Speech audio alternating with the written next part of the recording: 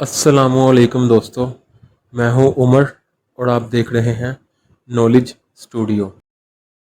دوستو، آج کی اس ویڈیو میں ہم جانیں گے کہ حضرت آدم علیہ السلام سے نوح انسانی ساری دنیا پر کس طرح پھیل گئی اور قابیل اور حابیل کون تھے۔ دوستو، حضرت آدم علیہ السلام اور حضرت اماں حوا علیہ السلام کی اس زمین پر ملاقات کے بعد دونوں نے اپنی باقی زندگی ایک ساتھ گزارنے کے لیے زمین کے اس حصے کو اپنی رہائش کا مسکن بنایا، جسے آج ہم ہندوستان کے نام سے جانتے ہیں۔ دوستو، جب حضرت آدم علیہ السلام اور حضرت اماں حوا علیہ السلام نے ہندوستان کی سرزمین پر رہائش اختیار کی، تب اللہ تعالیٰ کے حکم سے حضرت آدم علیہ السلام کے ہاں بچوں کا ایک جوڑا پیدا ہوا، جس میں لڑکے کا نام قابیل رکھا گیا اور لڑکی کا نام اکلیمہ رکھا گیا۔ دوستو، مختلف روایات میں حضرت آدم علیہ السلام کی اولاد کی تعداد مختلف ہے۔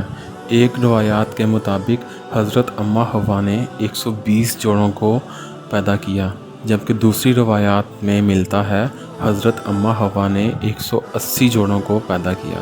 دوستو، اس کے بعد آپ علیہ السلام کے گھر دوسرا جوڑا پیدا ہوا، تو اس جوڑے میں پیدا ہونے والے لڑکے کا نام حابیل رکھا گیا اور پیدا ہونے والی لڑکی کا نام غازہ رکھا گیا۔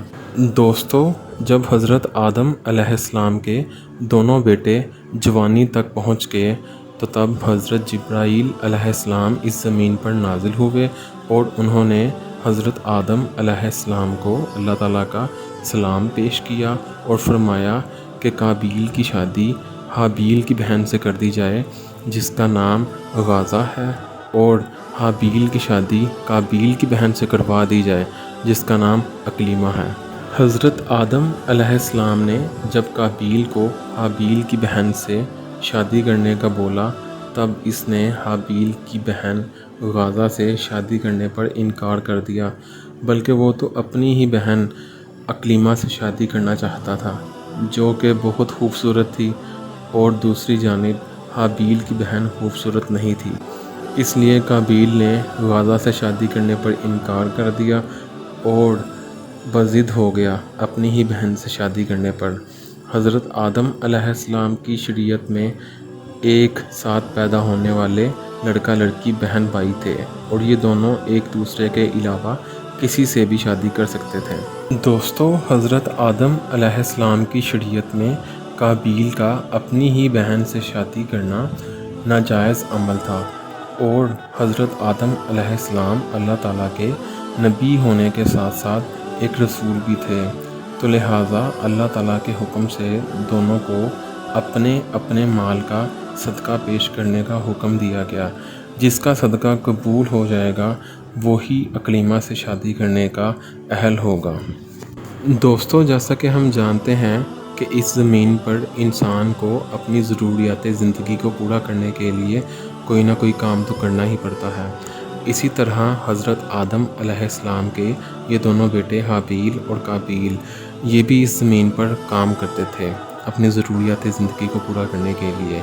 اس میں قابیل کا کام کھیتی باڑی تھا اور حابیل بکریاں پالتا تھا۔ حضرت آدم علیہ السلام کے اس زمانے میں صدقہ کچھ اس طرح سے دیا جاتا تھا کہ اپنے صدقے کے مال کو ایک پہاڑ پر رکھ دیا جاتا تھا، اور اللہ تعالیٰ سے اس صدقے کی قبولیت کی دعا کی جاتی تھی۔ اس دعا پر آسمان سے آگ نمودار ہوتی تھی اور اس مال کو جلا دیتی تھی۔ آگ کا صدقے کے مال کو جلا دینا قبولیت کی نشانی تھی۔ اس کے بعد حضرت آدم علیہ السلام کے دونوں بیٹوں نے بھی ایسا ہی کیا۔ حابیل نے اپنے مال میں سے ایک بکرے کو صدقے کے لیے پیش کیا، اور قابیل نے اپنے مال میں سے کچھ اناج کو صدقے میں دے دیا۔ اس کے بعد دونوں نے اللہ تعالیٰ سے اپنے اپنے صدقے کو قبول کرنے کی دعا کی۔ دوستو، اس دعا کے نتیجے میں اللہ تعالیٰ کے حکم پر آسمان سے ایک آگ نمودار ہوئی، اور اس آگ نے حابیل کے صدقے کو تو جلا دیا، لیکن قابیل کے صدقے کو چھوا بھی نہیں۔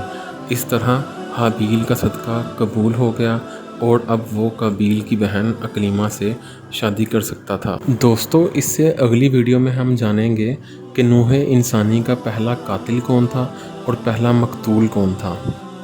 دوستو اگر آپ اپنے نالج میں اضافہ کرنا چاہتے ہیں تو میرے اس چینل کو سبسکرائب کر دیں، ویڈیو کو لائک کر دیں اور دوستوں کے ساتھ شیئر کر دیں۔ دوبارہ ملاقات ہوگی ایک نئی اور انفارمیٹیو ویڈیو کے ساتھ، تب تک کے لیے اللہ حافظ۔